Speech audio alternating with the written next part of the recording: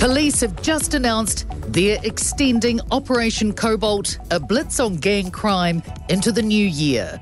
The police commissioners instructed officers to also broaden its focus to offenders causing significant and repeated harm. That includes those using stolen vehicles and threats of violence with weapons. Meanwhile, foot and vehicle patrols will be increased in shopping precincts where there have been growing reports of crime. Andrew Costa says they understand the homicide in Sandringham last week has impacted people's sense of safety. Meanwhile, the Prime Minister's pushing back on claims overall crime levels have increased on her watch. Jacinda Ardern's announced an extension to the government's crime prevention scheme, including subsidies for fog cannons in dairies. It comes amid accusations from the opposition the government's soft on crime. She admits there's been a spike in recent retail crime, but contends that doesn't paint the full picture. Yes, we have had a spike in particular retail crime, but it is not as claimed across the board as some may have claimed. Regardless, one is one too many, and that is why we will continue to do all we can. Revelations the government was warned against a controversial move to entrench parts of its Three Waters legislation. Last week, Labor agreed to a Green Party proposal which would require a 60% vote in the House to sell water assets. The issue has now been referred back to Parliament's cross-party Business Committee after strong pushback. Advice from the Department of Internal Affairs to the government more than a year ago warned against entrenching the policy. Officials wrote that it would raise constitutional questions and create a precedent for more significant policy settings.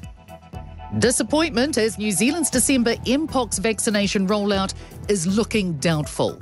Te Whatu Ora says it's still preparing for their arrival before the year's end, but supply chain constraints could push the rollout to next year.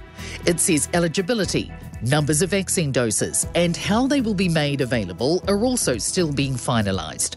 Auckland Pride Executive Director Max Tweedy says the one upside is our low current number of cases. But we do need them as soon as possible, so high-risk groups are able to get vaccinated to prevent any further outbreak in Aotearoa. The World Health Organization has changed the name of monkeypox to Mpox this morning over concerns the previous name was racist and stigmatising.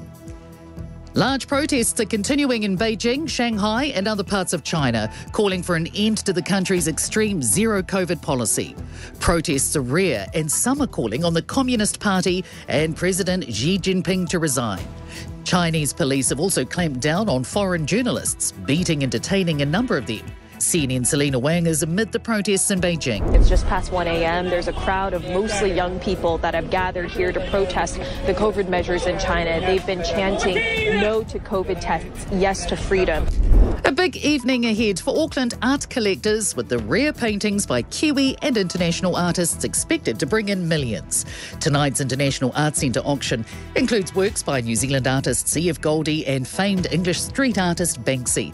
Director Richard Thompson says art's gold at the moment in these challenging economic times. Thanks for checking out our YouTube channel to stay up to date with all the latest news from the New Zealand Herald. Click the subscribe button below or check out one of the videos here and head over to nzherald.co.nz for more details on these stories and more.